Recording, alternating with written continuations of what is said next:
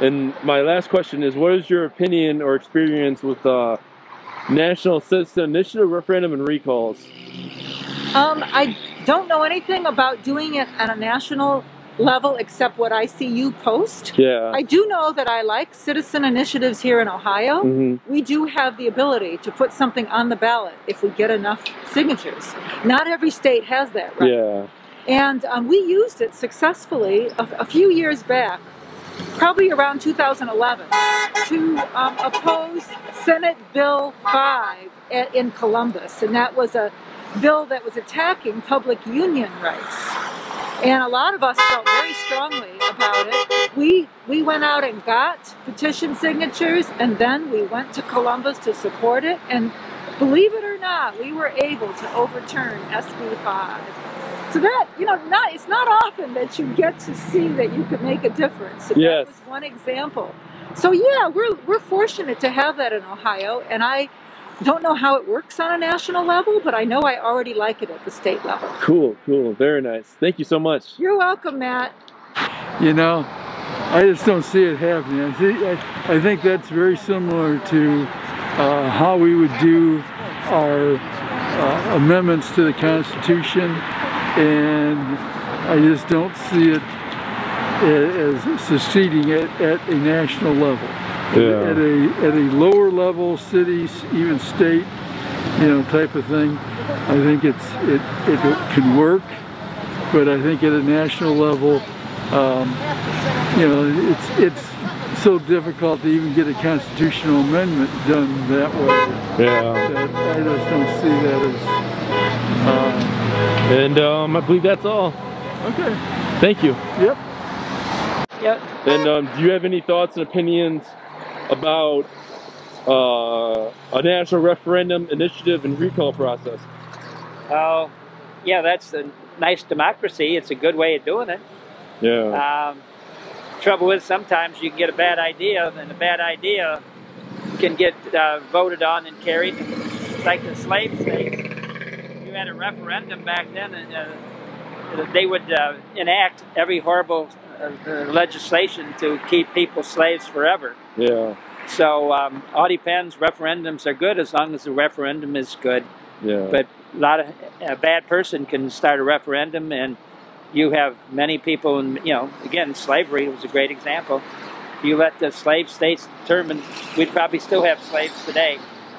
It took a civil war to free them. So whether some kind of referendum would free them, probably not, because they were willing to fight and die to keep them slaves. Yeah.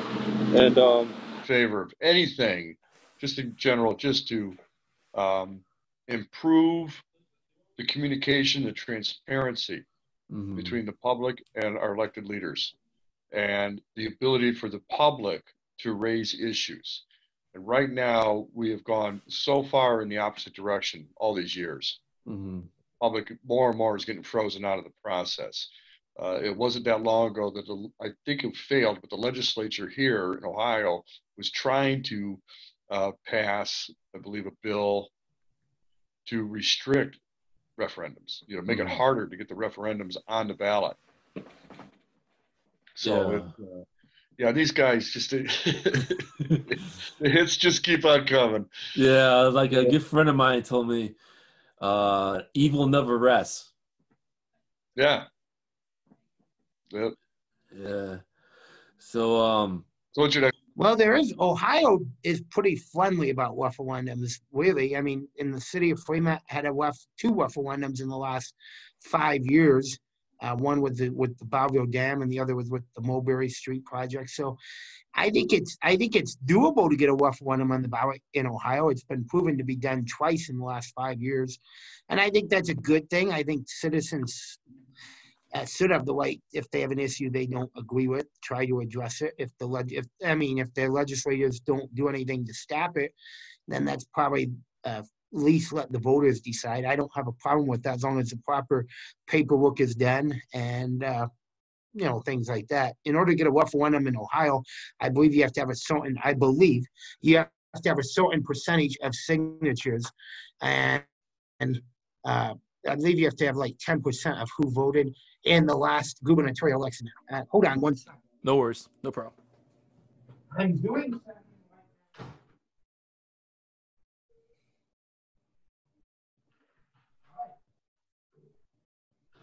Back, excuse me. So, No anyway, worries. 10%, I believe you have to get signatures from the last gubernatorial election, Yeah. I believe, or something like that. So I've seen it done locally twice. I've seen state issues. There was a smoking issue, I think, in 2006 that was brought on the ballot. So I've seen it done locally and state. I don't know about national. I don't think I've ever seen it done national. Yeah. Yeah, so I've worked on a lot of both local and state initiatives and referendums. And my general view of them is that if democracy works correctly, we shouldn't need them. The people that we elect to office should be doing these things, but sometimes they don't. You know, I grew up in California where we've always had referendums, and sometimes you would have ballots where there are 20 different referendums you're voting on, and sometimes two competing ones. You know, this last year in California, I mean, I live in Ohio now, but this last year in California, there was a referendum on forcing, you know, gig employers to pay healthcare and all of that stuff, like Uber and Lyft and these things. And then there was a competing referendum financed by Uber and Lyft to say the opposite. And of course that one won because they had all the money. They spent tens of millions of dollars on it. So the way the system can be perverted, even at the local level, is that a relatively small number of people can get a petition and get something put on the ballot in order to serve their special interest, you know. Yeah. So that's I'm not for or against the referendum process.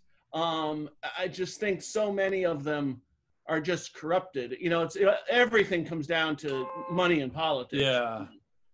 Like, if I remember correctly, 1978, a very notorious California state referendum, Proposition 13 it was called? Yes. 1978 was a big year for initiatives here. In June of 78, Proposition 13, the Jarvis-Gann, they called it back then, that changed the way property taxes were collected in California and gave a huge advantage to people who owned a home then in June of 78. But if you bought a house right after that, you were going to pay higher taxes. So it was a boon to current homeowners, and it decimated local school districts, parks. And so you ended up then having to replace that money. And usually how they replace it in schools is doing away with art and music, making participants pay, you know, making a kid pay $300 for his football uniform, or whatever, those things that used to be funded by taxpayers. Yeah. And then in late 78, in November of 78, I worked on a campaign that was run out of San Francisco supervisor Harvey Milk's camera store. Yes. And that was to overturn the Briggs Initiative. So the Briggs Initiative would say that gays and lesbians could not teach in public schools. And when the campaign started, it was heavily favored. So I worked on that campaign and worked primarily in straight Catholic neighborhoods, you know, trying to remind these people that this is about discrimination. It's not about sexual exploitation of children. It's about one group just discriminating. And in fact, a week before the election, Ronald Reagan came out against the initiative, and that's really what swung things. That kind of gave permission for other, you know, straight whites and Republicans to vote against it. And then coincidentally, it was about 3 weeks after we won that when Harvey Milk and the mayor of San Francisco were assassinated at City Hall. So that was quite a crazy time. Yeah.